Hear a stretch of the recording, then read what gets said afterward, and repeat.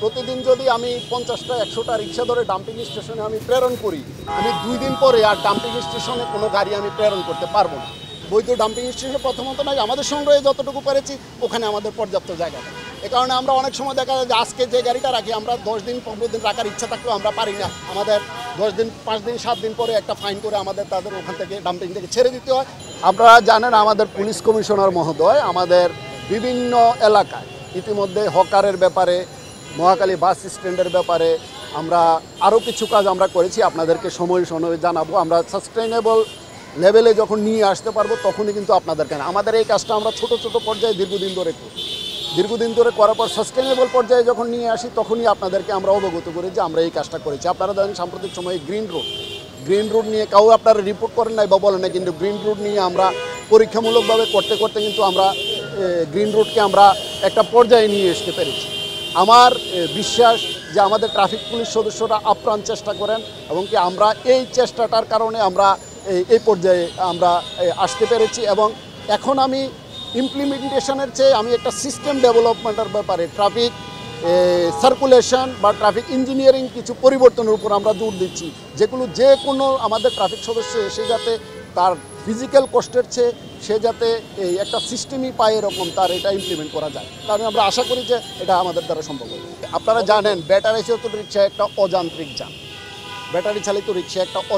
যান, এই অযান্ত্রিক যানটাকে আমরা ট্রাফিকের যে নিয়ম মানে প্রচলিত আছে এটাতে আমরা কোনো ধরনের মামলা দিতে পারি না। আপনারা এটাও জানেন আমরা যখন মামলা দিতে পারি না, আবার আমাদের এটাও আছে আমাদের ঢাকা মহানগরীতে আমাদের কোনো ডাম্পিং স্টেশন নাই। ঢালাইয়ে দৃঢ়তা, নির্মাণে নিশ্চয়তা, প্রিমিয়ার সিমেন্ট, ঢালাইয়ের রাজা। যে পরিমাণ ডাম্পিং স্টেশন আমরা ব্যক্তিগত উদ্যোগে আমরা সংগ্রহ করতে পেরেছি, এই পরিমাণ ডাম্পিং স্টেশনে আমাদের পর্যাপ্ত জায়গা নেই। প্রতিদিন যদি আমি 50টা 100টা রিক্সা ধরে ডাম্পিং স্টেশনে আমি প্রেরণ করি, আমি 2 দিন পরে আর ডাম্পিং স্টেশনে কোনো গাড়ি আমি প্রেরণ করতে পারবো না। আমরা যখন এই কাজটা আমরা যখন পারবো না, তখন আমার অন্যান্য যে সমস্ত যান্ত্রিক যানবাহন যেগুলো আছে এই যান্ত্রিক যানবাহনের বিরুদ্ধেও আমার আইনগত ব্যবস্থা নিয়ে অনেকটা কষ্টসাধ্য হয়ে পড়ে।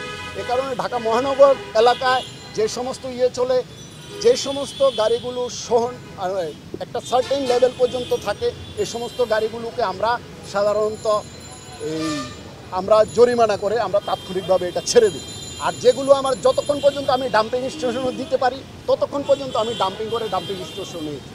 আমি ব্যাটারি চালিত রিক্সার ব্যাপারে আমাদের একটা হলো আমরা আমাদের পর্যাপ্ত ডাম্পিং জায়গা না থাকার কারণে আমার পরবর্তী করণীয়টা কি এটাও কিন্তু আপনাদের একটু বিবেচনা করতে হবে। আমি 50টা গাড়ি আমি রিক্সা জায়গা করার আমি সুযোগ এখানে রাখতে পারছি। আমি 50টা গাড়ি যখন আমি ফুল হয়ে যাবে তখন তো আমি আর 51তম গাড়িটাও রাখতে পারি না, বা এই যে যান্ত্রিক যানবাহনগুলোর বিরুদ্ধে আমরা যেগুলো ব্যবস্থা নেই এগুলোও আমি রাখতে পারি না। এই কারণে আমরা এটা একটা সিস্টেম এররের মধ্যে আছি।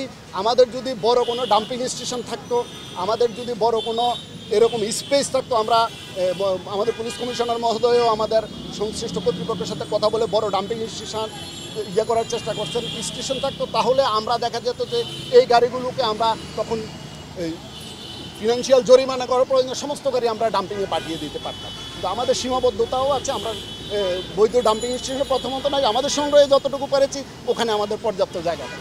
এ কারণে আমরা অনেক সময় দেখা যায় যে আজকে যে গাড়িটা রাখি আমরা 10 দিন 15 দিন রাখার ইচ্ছা থাকলেও আমরা পারি না। আমাদের 10 দিন 5 দিন 7 দিন পরে একটা ফাইন করে আমাদের তাদের ওখান থেকে ডাম্পিং থেকে ছেড়ে দিতে হয়, কারণ আমাদের ডাম্পিংয়ের জায়গার সংকুলন না থাকার কারণে। থ্যাংক ইউ, ধন্যবাদ।